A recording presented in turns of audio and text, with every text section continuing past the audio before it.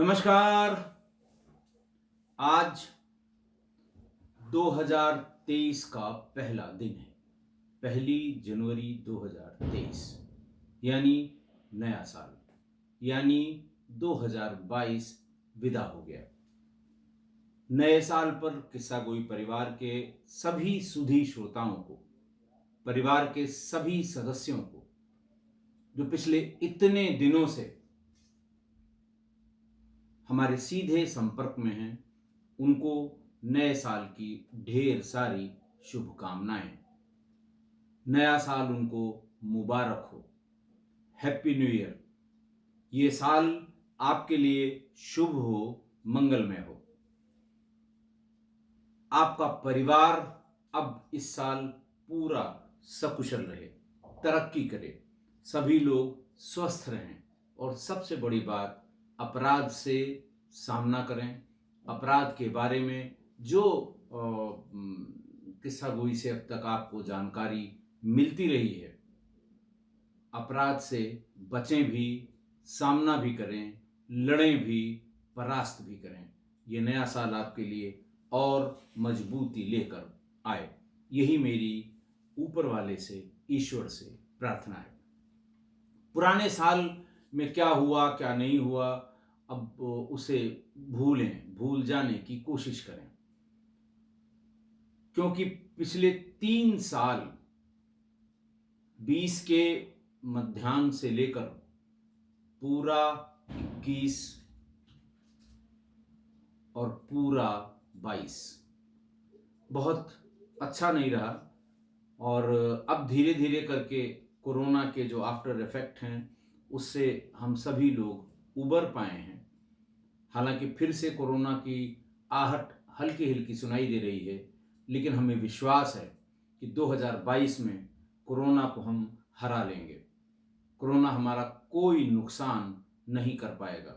हम बहुत सशक्त होकर उभरे हैं। हर्ड इम्यूनिटी जिसे कहते हैं, वो हम लोगों को में, हमारे समाज में, देश में वो आ गई है। इसलिए कोरोना हमें अब छू भी नहीं पाएगा। ऐसी ईश्वर से कामना है आज के दिन नए साल पर। आज का जो वाकया है वो भी बिल्कुल हालिया है। राज्य है छत्तीसगढ़, जिला है कोरबा, मोहल्ला है पंप हाउस कॉलोनी, मकान नंबर है M271।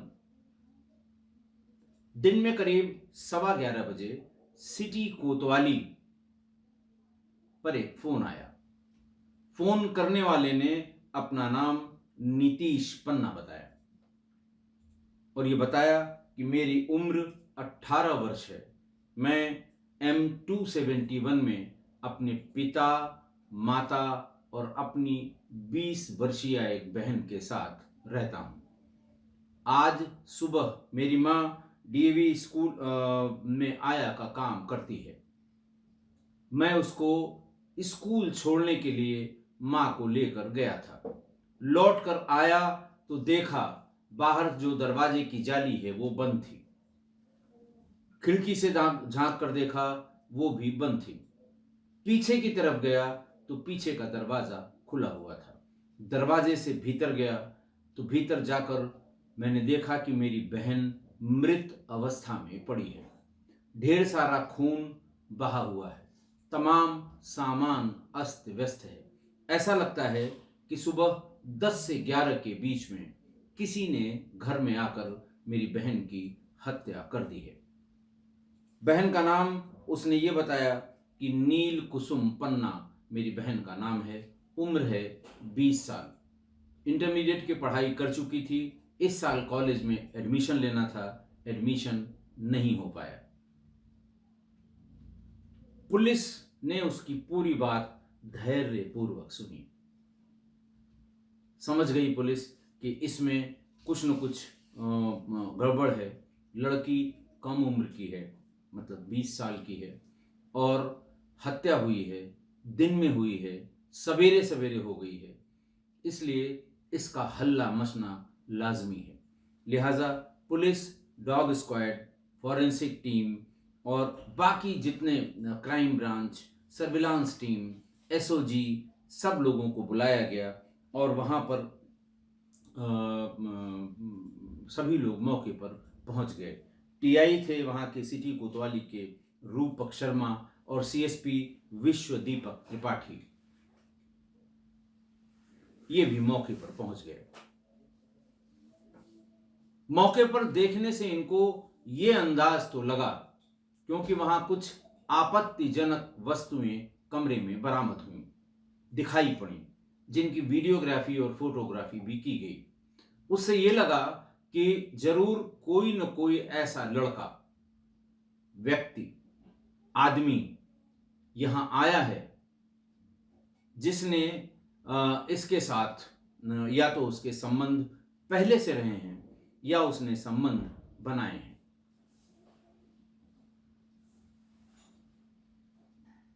मृत लड़की नील कुसुम पन्ना के चेहरे पर एक तकिया रखी हुई थी। ऐसा लगता था तकिए से उसका मुंह दबाया गया था। फिर उसके बाद वहां पर तमाम लड़ाई झगड़े के कह लें या गुत्थम गुत्था के निशान भी बिस्तर पर मिल गए।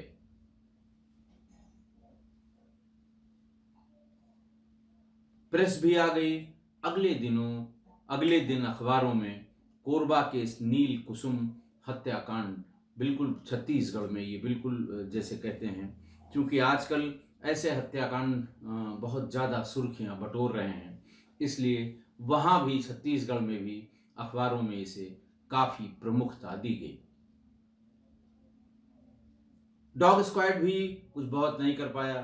फॉरेंसिक टीम ने जरूर कुछ उसको अच्छे फिंगरप्रिंट्स और फुटप्रिंट्स मिल गए थे, वो निकाल लिया। लड़की का मोबाइल नहीं मिला, लड़की का मोबाइल नंबर मिल गया। पुलिस ने फौरन उस पर काम करना शुरू किया। उसकी सीडीआर निकलवाई गई।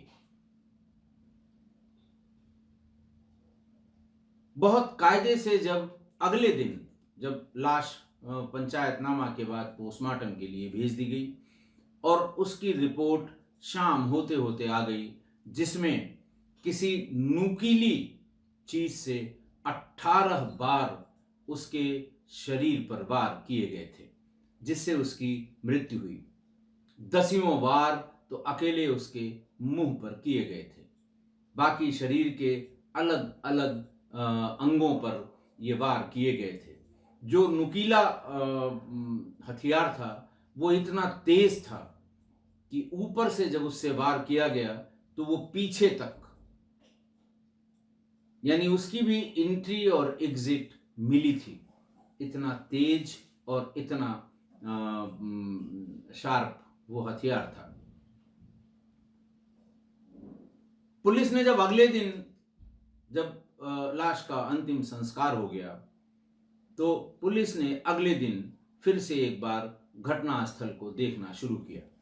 अब की बार पुलिस को एक एयर टिकट 2 दिन पहले का मिल गया, गुजरात से यानी अहमदाबाद से रायपुर तक का। तब तक पुलिस ने सीडीआर की भी स्टडी कर ली। सीडीआर में 2-3 नंबरों से वो फ्रीक्वेंट करती थी, यानी ज्यादा बात होती थी, उनको फिजिकली वेरीफाई किया गया। उनमें से एक सीडीआर शाहबाज नाम के लड़के का, जिसकी वैसे तो लोकेशन गुजरात रहती थी, लेकिन घटना से 3 दिन पहले वो रायपुर हवाई अड्डे पर और फिर उसके बाद इस पंप हाउस कॉलोनी में उसकी लोकेशन घटना वाले दिन भी मिल गई। पुलिस ने घर वालों से बातचीत करके इसके बारे में जानने की कोशिश की, लेकिन कुछ बहुत नहीं पता लगा।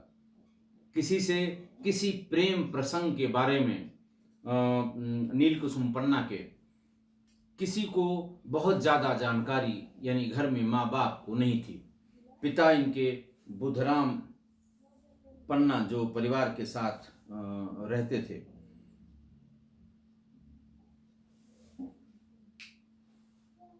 किसी को भी इसकी जानकारी नहीं हुई।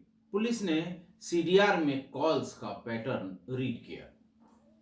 कॉल्स के पैटर्न से ये साफ हुआ कि इधर 2 महीनों से इस नंबर से, जिसकी लोकेशन घटना वाले दिन घटनास्थल पर थी, 2 महीनों से इससे बहुत कम बातचीत हो रही है। बाकी और जो 3-4 नंबर हैं उनसे ज्यादा बात हो रही है। पुलिस ने धीरे धीरे शहबाज की जानकारी इकट्ठी करनी शुरू की,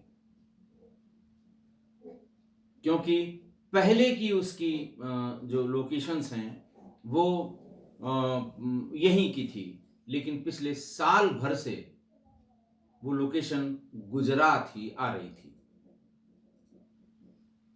पता लगाते लगाते ये पता लगा कि नील कुसुम 9वीं से 12वीं तक मदनपुर स्कूल करतला में पढ़ती थी और हर दिन वो पंप हाउस कॉलोनी से करतला बस से जाती थी। शहबाज बस में कंडक्टर था। अभी 10 महीने पहले या लगभग साल भर पहले उसका परिवार काम के सिलसिले में गुजरात शिफ्ट हो गया, इसलिए वो भी गुजरात चला गया। पुलिस को धीरे धीरे ये लाइन मिल रही थी।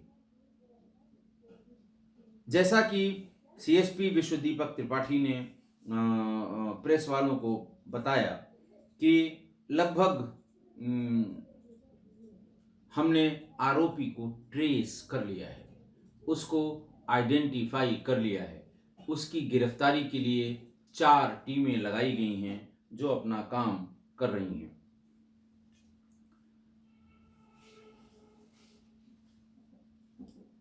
कहने का आशय ये कि अभी तक शहबाज गिरफ्तार नहीं हुआ है और घटनास्थल पर मिली आपत्तिजनक वस्तुओं से स्पष्ट हुआ, पोस्टमार्टम रिपोर्ट से ये स्पष्ट हुआ कि उस दिन उसके साथ व्यभिचार हुआ था। अब पोस्टमार्टम रिपोर्ट में ये नहीं आता कि वो कंसेंट से हुआ था या फिर जबरदस्ती हुआ था। जबरदस्ती हम इंटरप्रेट पोस्टमार्टम रिपोर्ट के आधार पे तब करते हैं जब शरीर पर और खरोंच के या इस तरह के निशान हों, तो अंदाज लगता है कि यह जबरदस्ती किया गया। लेकिन शरीर पर ऑलरेडी इतने निशान थे चोट के कि ये कहना मुश्किल था कि ये व्यभिचार जो हुआ है वो किस वजह से, यानी जबरदस्ती हुआ है या उसकी कंसेंट से हुआ है। लेकिन ये एक बात तय है, एक चीज और जो पोस्टमार्टम रिपोर्ट में आई चोटों से स्पष्ट हुआ कि शरीर पर उस नुकीली चीज से कुछ लिखने का प्रयास किया गया था, लेकिन वो पूरा नहीं हो पाया। जो रिकंस्ट्रक्शन पुलिस ने किया उसके हिसाब से जब वो लिखने का प्रयास कर रहा होगा तब नील कुसुम चिल्लाई होगी। उसकी आवाज को रोकने के लिए उसके मुंह पर तकिया रखा गया होगा और फिर जब वो आवाज फिर भी बाहर निकल रही होगी तो तकिए के ऊपर से ही, यानी अगर तकिया हटा के उसके चेहरे पर वार करेंगे तो आवाज जरूर निकलेगी। तकिए के ऊपर से ही उस नुकीली चीज से दसियों वार किए गए। उसके बाद ये इंश्योर करने के लिए कि ये बचे नहीं, इसके सीने पर, यानी ये देख कर कि हार्ट किस तरफ है, इसके सीने पर उसी नुकीली वस्तु से वार किए गए। चोटों के विवरण में जो चोटों की लंबाई, उसका सरकमफ्रेंस ये निकला, उससे अंदाज है कि ये सूजे की शक्ल वाली कोई चीज रही होगी। सूजा एक बहुत ही पॉइंटेड, बोरियां सिलने के काम आता है, थोड़ा मोटा, पीछे उसमें वो उसको सिलने के लिए तागा डालने का स्थान, लेकिन होता बहुत तेज है वो। ऐसा लगता है क्योंकि इनके घर में सूजे वाला कोई काम नहीं था। माँ बाप और भाई ने बताया कि इस तरह का कोई सामान हमारे घर में नहीं है। मतलब उससे पूछा गया कि भाई ये सूजा या बोरी सिलने का सामान या इस तरह से, चूंकि खेती किसानी का कोई मतलब नहीं था, इसलिए सूजे जैसी कोई चीज घर में उपलब्ध नहीं थी। मीनिंग देयर बाई, कहने का आशय कि वो अपने साथ ये सूजा ले आया था। पुलिस ने वो होटल का कमरा भी आइडेंटिफाई कर लिया जिसमें वो, देखिए 11 बजे 10 से 11 के बीच की घटना है ये, और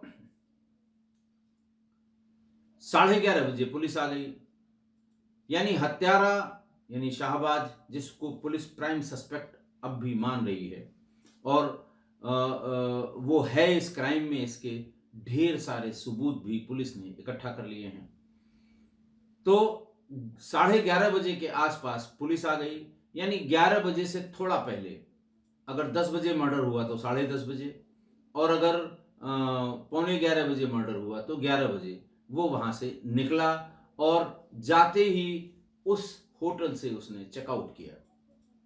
और तब तक पुलिस को जानकारी हो गई थी, पुलिस वहां पर पहुंची तो उस होटल के कमरे में दूसरे किसी ने चेक इन नहीं किया था।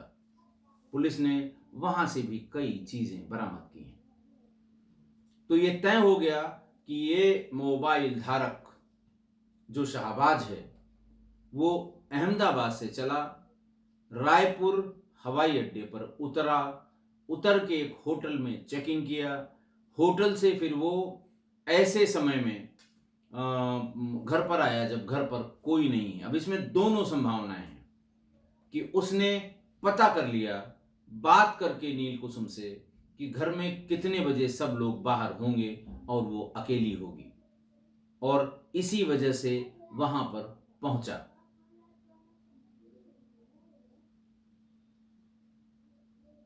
पुलिस ने जो दूसरा नंबर है जो इससे बातचीत करने के बाद का, जिसकी फ्रीक्वेंसी शाहबाज से बात करने से थोड़ी सी कम है, उसको भी लोकेट किया। वो पत्थल गांव का आशीष केरकट्टा है। पुलिस ने उसको भी उठा लिया और उससे पूछा कि तुम्हारी बात इतनी कैसे नील कुसुम से होती थी। उसने उसको एक्सप्लेन किया और ये बताया कि मुझे ही नील कुसुम ने ये बताया है कि उसके संबंध पहले शाहबाज से थे। वो उसको अपना पहला प्यार कहती थी और ये भी कहती थी कि अब मैंने उससे दूरी बना ली है। तो इन सारे एविडेंस को जब पीसेस से जोड़कर देखा गया तो ऐसा लगता है, और सीडीआर भी यही बता रहा है कि 2-3 महीने से बात बहुत कम हो गई थी, और ये भी सीडीआर से स्पष्ट हुआ कि रात के उसी समय में लगभग ये आशीष केरकट्टा से उसकी बात हुआ करती थी नील कुसुम की। मिस्ड कॉल के चूंकि कोई रिकॉर्ड नहीं आते हैं, लेकिन उसके मोबाइल फोन से जो कॉल लॉग है या जो इंटरनेट की एक्टिविटी है, उससे यह तय हुआ कि जिस समय आशीष केरकट्टा से बात होती रहती होगी उसी समय ये कई बार कोशिश करता था इससे बात करने की, फेसबुक उससे व्हाट्सएप कॉल से। घटना वाले दिन भी, घटना से 2 घंटे पहले दोनों के मोबाइल की जो एक्टिविटी है वो एग्जैक्टली सेम है, यानी दोनों की व्हाट्सएप कॉल से बात हुई है। कोई एविडेंस न बचे कॉल रिकॉर्ड के हिसाब से, शायद इसलिए शाहबाज ने यह चालाकी की होगी कि उसने कॉल पर कोई बात न करके सारी बात व्हाट्सएप कॉल पर की थी। बहरहाल पुलिस की टीमें एज ऑन डेट, आज की तारीख तक का इसका अपडेट यही है कि अब तक शहबाज गिरफ्तार नहीं हुआ है।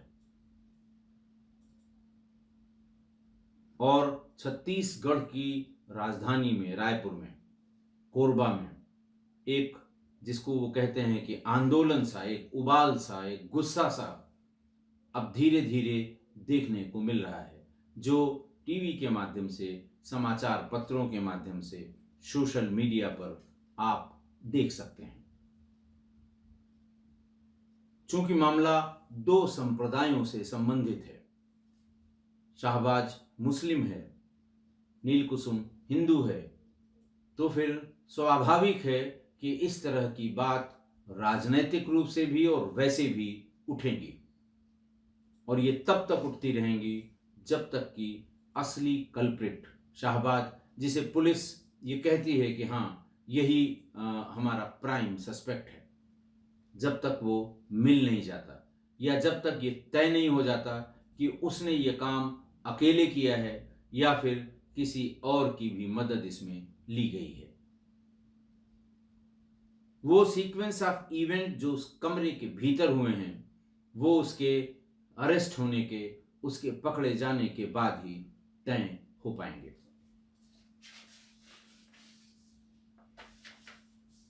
आज की घटना, आज की घटना में 20 साल की एक नवयुवती, बच्ची ही कहूंगा मैं, उसकी सूजे से 18 बार गोद कर हत्या कर दी गई। 18 बार। कारण इस बात का शक कि वो किसी और से बात करने लगी है, जो प्राइमा फेसी बाकी लोगों से बातचीत करने से पता लगा। कारण यही सामने आ रहा है, बाकी और कोई दूसरा कारण होगा वो अरेस्ट के बाद ही पता लगेगा। और मारने की जल्दी इतनी कि अहमदाबाद से बाय एयर रायपुर, और रायपुर से फौरन भाग के canal colony, pump house colony, और भीतर दाखिल होके, और फिर सूजे से इतने वार शरीर पर। मतलब आज तो हद ही हो गई है।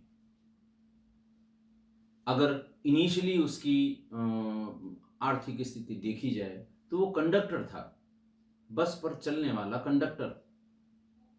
परिवार भी हमें नहीं लगता इतना वेल ऑफ होगा कि उसे काम की तलाश में कोरबा से गुजरात जाना पड़े। लेकिन बदला लेने की प्रवृत्ति, बदला लेने की आग इतनी ज्यादा थी कि चाहे उधार लेकर ही उसने टिकट लिया हो, लेकिन टिकट लेकर जल्दी से पहुंचने की जल्दी थी। मतलब अब तो हद हो गई है। किसी के 35 टुकड़े, किसी के 10 टुकड़े, किसी के 5 टुकड़े, किसी के 50 टुकड़े, किसी को 18 बार गोदा गया, किसी को 25 बार चाकुओं से गोदा गया। मतलब ये घटनाएं, और ये पिछले 15-20 दिन में या 1 महीने के स्पैन में मैंने सभी को बताई हैं ये घटनाएं, और ये रुकने का नाम ही नहीं ले रही हैं। प्राइमा फेसी जो चीज समझ में आती है वो यही है कि मोबाइल पर बातचीत, फिर मोबाइल में ही दुनिया बस गई, दुनिया बसा ली उसी मोबाइल में, उसी वर्चुअल वर्ल्ड में।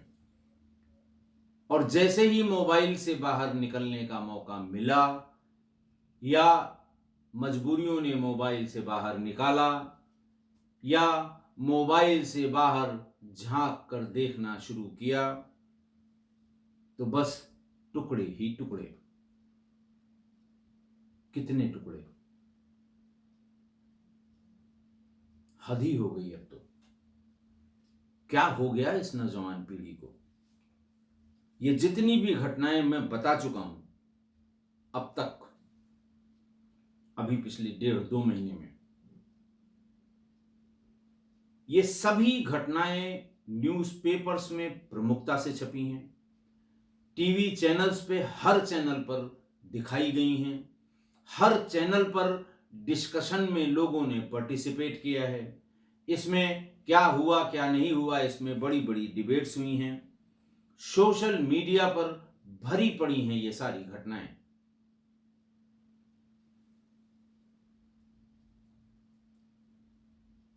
इन नौजवानों को जिनकी दुनिया ही इंटरनेट पर है, ये भी इसे पढ़ते जरूर होंगे, देखते जरूर होंगे, सुनते जरूर होंगे, फिर भी न तो ये सुधरने का नाम ले रहे हैं, न ये समझने की कोशिश कर रहे हैं। और अब तो हमें भी ये समझने में परेशानी हो रही है कि आखिरकार इस तरह जो क्रूएलिटी है, ब्रूटैलिटी है, दो ऐसे लोग जिन्होंने लंबे समय तक प्यार किया, एक दूसरे को चाहा, एक दूसरे को समझने की कोशिश की, एक दूसरे के बारे में सारी जानकारी है, नख से शिख तक सारी जानकारी है, उनके साथ इतनी ब्रूटलिटी, इतनी निर्ममता, बाप रे, शैतान की भी रूह कांप जाए। और ये जो मोडस ऑपरेंडी है, इसका तो कुछ समझ ही में नहीं आ रहा है। मैं कह रहा हूं कि मुझे भी अब दिक्कत हो रही है कि इस क्रिमिनल साइकोलॉजी को किस सिरे से समझा जाए। मैंने तमाम आपको जो साइकोलॉजी के बारे में स्टडीज हुई हैं, अलग तरह के अपराधों की, वो शेयर की हैं आपसे। कोरा की बहस भी शेयर की है। लेकिन ये जो अब हो रहा है, इसका तो समझ ही में नहीं आ रहा है। हो सकता है इस पे भी कोई शोध कर रहा हो, बाद में ये आया है। लेकिन जो मेरी समझ में आया है सिर्फ ये है कि इतनी कम उम्र में इतना लंबा रास्ता ये जो तय कर रहे हैं, चाहे वो सारे युवा की बात कर रहा हूँ, चाहे वो लड़के हों चाहे लड़की हों, जो इस तरह के प्रकरणों में जिनका नाम आया है या जो इन्वॉल्व रहे हैं, वो इंटरनेट पर इतनी तेजी से भाग रहे हैं और इतना दूर निकल जाते हैं कि लौटने का रास्ता उनको नहीं सूझ रहा है। रास्ता जो सूझ रहा है वो यही है, टुकड़े टुकड़े, सूजे सूजे। आज साल का पहला दिन है। हम अपने किस्सा गोई परिवार के लोगों से यही कहेंगे कि अब ये तय करने का वक्त आ गया है, नए साल में जो रिजोल्यूशन है, आज पहला दिन है, कि इस वर्चुअल वर्ल्ड के प्यार मोहब्बत में बिल्कुल यकीन न करें, कतई यकीन न करें। अपने भविष्य के बारे में सोचें और 2022 की इन सभी घटनाओं से सबक लें। मेरी समझ में तो नए साल में किस्सा गोई परिवार के नौजवानों को, जो हमारे परिवार के सदस्य हैं, जो हमेशा टिप्पणियां करते हैं, कमेंट करते हैं, देखते हैं, उनको ये रेजोल्यूशन लेना होगा। क्योंकि वो दिन मेरे लिए बहुत ही खराब दिन मानूंगा मैं उसे, जिस दिन सब कुछ सुनते हुए, जानते हुए भी किस्सा गोई परिवार के साथ, परिवार के सदस्यों के साथ इस तरह की, इससे मिलती जुलती या अपराध की कोई घटना हो जाएगी। सब कुछ जानने के बाद आशा है आप मेरी इस बात से सहमत होंगे। आज के लिए इतना ही। बहुत बहुत धन्यवाद।